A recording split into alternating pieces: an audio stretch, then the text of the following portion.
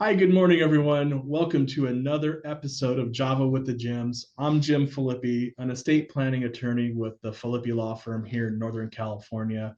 I'm here with my dear friend Jim Meyer, who's a professional real estate agent with Remax Gold.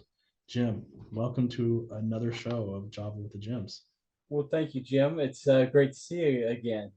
Yeah, likewise, sir. And like every other Java with the Jims episode, we have to start off with the burning question of how does Jim Meyer enjoy his coffee? I enjoy my coffee the way I enjoy my global warming, extremely cold. Let me ask you a question. So I'm a buyer and seller or a seller, and I keep hearing about these closing costs. I know I have to put a certain amount of money down if I'm buying a house, but does these closing costs include the down payment as well? What's going on with those closing Okay, costs? so let's just say if you're buying a house with an FHA loan and you've been told that you only have to come up with 3.5% for your down payment. Some people forget to tell you that there are other closing costs. It's usually title, escrow, prepaid interest, prepaid insurance, appraisal cost, etc. That can run into maybe 3% of the purchase price. So you buy a $500,000 house, that could be an extra 15 grand that you did not budget into the deal. Now, until just recently, a lot of sellers would say, the heck with you, you're not getting that money. But today they're negotiating much, much more. And they are saying yes. They might not say yes to your whole 3% that you want, but what if you meet in the middle and get half? That's a good thing. And then the seller has closing costs also.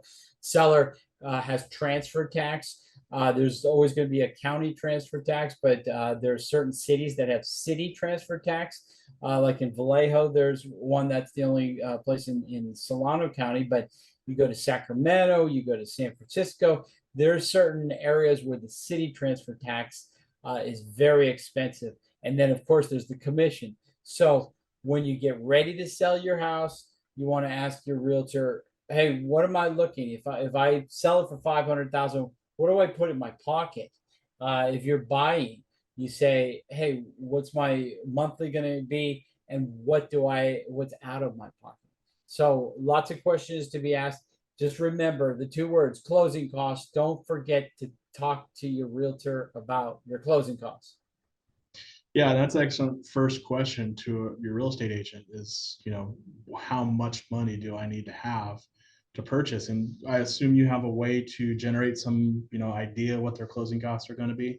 Yeah, yeah, we have. We could go to the app from the different title companies, or we can ask title companies, "Hey, this is $1 million house. What's the title? What's the escrow on this?" We also go to the lender and say, "Hey, what are your fees going to be?" And we try to estimate that as best as we can. And the lender should be giving you a good faith estimate.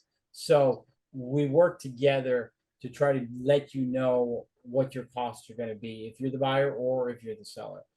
So that's another reason why you need a professional to work for you. And then I want you to put the house in a trust. And who would they call, Jim, if they wanted to put it in a trust? Well, give us a call. We'd love to have a conversation with you, see if putting your house in a trust will benefit you. You can reach us at philippilaw.com. It's over here. So philippilaw.com, or give us a ring at 916-333-7910.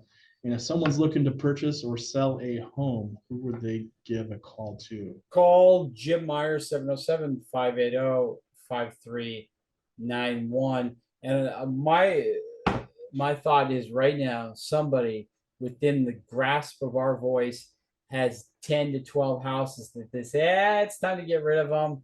I want to get that money distributed to my children.